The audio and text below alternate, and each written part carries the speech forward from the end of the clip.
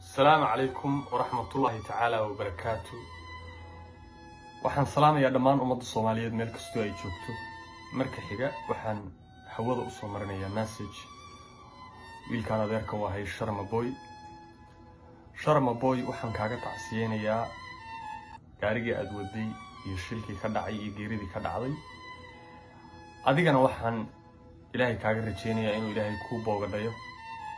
waxaan ku leeyahay adeer gacaliye nin raga ilma ka soo jiida waxaan ahayn oo dhan waa soo maraan.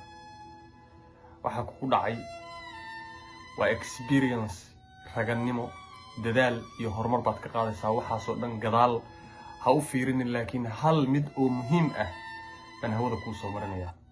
si fiican shalay ilaa daraa taleefankaagaan soo wacayay, ma shaqaynayo taleefankaagu. hawada waxaan kuu soo marinayaa adeer, haddii uu message-kaygaan ku soo gaaro waxaa ku haya isha bini aadamku malakamoodka way ka dheeraysaa, buuraha way duleelisaa, aad bay u xun tahay. baa ku haysa. waxaan kugula talinayaa adeer gacaliye in aad aadid culummada meesha aad joogta oo ay qur-aan ku saaraan 114 qur-aanka inay ku saaraan. isha bini aadamku aad bay u xun tahay. ma doonayo wax kale inaan ka hadlo. baa ku haysa, ishaas ku haysa. waxaa daawo u ah quraan. magaalada aad joogtid iyo meel kastoo Soomaaliya ka midaba culumaad joogta. quraan isa saar, nin ragaa tahay. waxaana dhan waad ka kacaysaa, waxaana dhan waad ka soo kabanaysaa.